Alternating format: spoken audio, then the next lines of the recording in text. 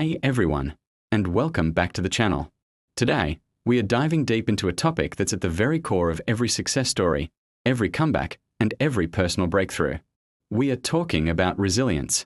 That incredible, almost magical human ability to get knocked down, feel the sting, and then, somehow, find the strength to get back up, stronger than before. Have you ever felt like you've hit a wall? Maybe it was a project at work that just wouldn't come together, a personal goal that seemed to drift further away with every attempt, or a setback in your life that left you feeling completely drained. We've all been there. It's in those moments, when the easiest thing to do is to just stop, to just give up, that resilience truly shows its power. Think about it. Life isn't a straight line. It's a winding road filled with unexpected detours, steep hills, and the occasional roadblock. It's not about avoiding these challenges, because frankly, that's impossible. It's about how we respond to them. Do we let them define our journey and force us to turn back? Or do we see them as part of the path, learn from them, and find a way to keep moving forward? Let's get one thing straight. Being resilient doesn't mean you don't feel pain, disappointment, or frustration. It doesn't mean you're a robot with no emotions. In fact, it's the complete opposite. Resilience is about acknowledging those feelings, allowing yourself to process them, but not letting them become your permanent address. It's the voice inside you that whispers, "This is tough, but I am tougher." Think of a tree in a storm. The most rigid, unbending trees are often the first to snap under pressure. But the trees that survive, the ones that are still standing when the sun comes out, are the ones that can bend with the wind. They sway, they might lose a few leaves, maybe even a branch, but their roots hold firm, and they adapt. That's resilience in nature, and it's a perfect metaphor for us. So, how do we cultivate this superpower? It's not something you're just born with. It's a skill. It's a muscle that gets stronger every time you use it. And the first step is shifting your perspective. Instead of seeing a failure as a dead end, try to see it as a data point. What did you learn? What can you do differently next time? Every mistake is a lesson in disguise. The most successful people in the world aren't the ones who never failed. They're the ones who failed the most but refused to quit. Take the story of Thomas Edison. He famously said, "I have not failed. I've just found 10,000 ways that won't work." Imagine the level of resilience required to try something 10,000 times. Each attempt wasn't a failure. It was a step forward, a process of elimination that brought him closer to the solution. He understood that persistence in the face of repeated setbacks was the key to innovation. Another huge part of building resilience is managing your mindset and your self-talk. The story you tell yourself matters more than anything. If you're constantly telling yourself, "I can't do this, I'm not good enough, it's impossible," then you're creating a self-fulfilling prophecy. You're defeating yourself before you even begin. Instead, practice positive and realistic self-talk. It's not about blind optimism, saying everything is perfect, when it's clearly not. It's about being your own coach. It's saying, "Okay, this is a challenge, but I have the skills to figure it out." Or, "I made a mistake, but I can learn from it and improve."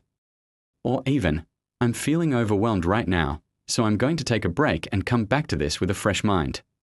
Your inner dialogue sets the tone for your outer reality. Now let's talk about the importance of having a why. Your purpose is your anchor in the storm. When you have a deeply meaningful reason for what you're doing, it's so much easier to endure the hardships along the way. Why did you start in the first place? What is the vision you're working towards? When the going gets tough and you feel like giving up, reconnect with that why. Write it down. Put it on your wall. Remind yourself of the bigger picture. That purpose will fuel your resilience when your motivation is running low. Let's make this practical. What can you do today to start building your resilience muscle? First, embrace small challenges. Don't wait for a huge crisis. Push yourself just a little bit outside your comfort zone every day. Maybe it's learning a new skill, starting a conversation with someone new, or tackling a task you've been putting off. Each small victory builds your confidence and proves to yourself that you can handle discomfort. Second, build a strong support system. Resilience is not a solo sport. We all need people we can lean on. Friends, family, mentors, or even a community like this one. Having people who can offer a different perspective, lend a listening ear, or just remind you of your own strength is invaluable. Don't be afraid to reach out and say, "I'm having a hard time." Vulnerability is not weakness. It's a core component of human connection and strength. And remember, If you're ever feeling like the weight is too much to carry on your own, it is a sign of immense strength to seek professional help. Talking to a therapist or counselor can provide you with tools and strategies to navigate life's challenges in a healthy way. There are resources available, and you never have to go through it alone. Third, practice self-compassion.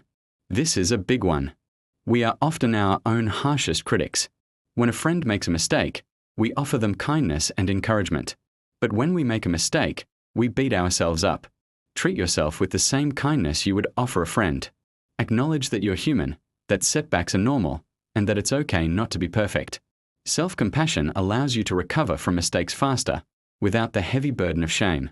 And finally, focus on what you can control.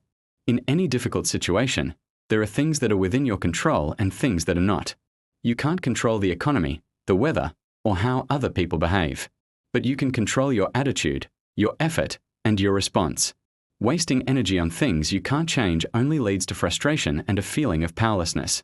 By focusing your energy on your own actions and mindset, you reclaim your power and become the driver of your own life, not just a passenger. The journey of life is guaranteed to have its tough moments.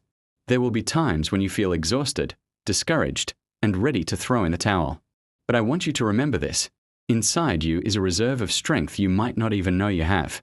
It's been forged by every challenge you've ever overcome, every obstacle you've navigated, and every time you've gotten back up. Resilience is not about never falling. It's about how many times you choose to rise. It's the quiet decision, made in the face of doubt, to take one more step. And then another. And another. That is where the magic happens. That is how you turn struggles into strength and obstacles into opportunities. Never, ever give up on yourself. Thank you so much for watching today. I hope this gave you a little boost of encouragement. If you found this helpful, give it a thumbs up and share it with someone who might need to hear it. And don't forget to subscribe for more content to help you live your best life. Until next time, stay strong and keep moving forward.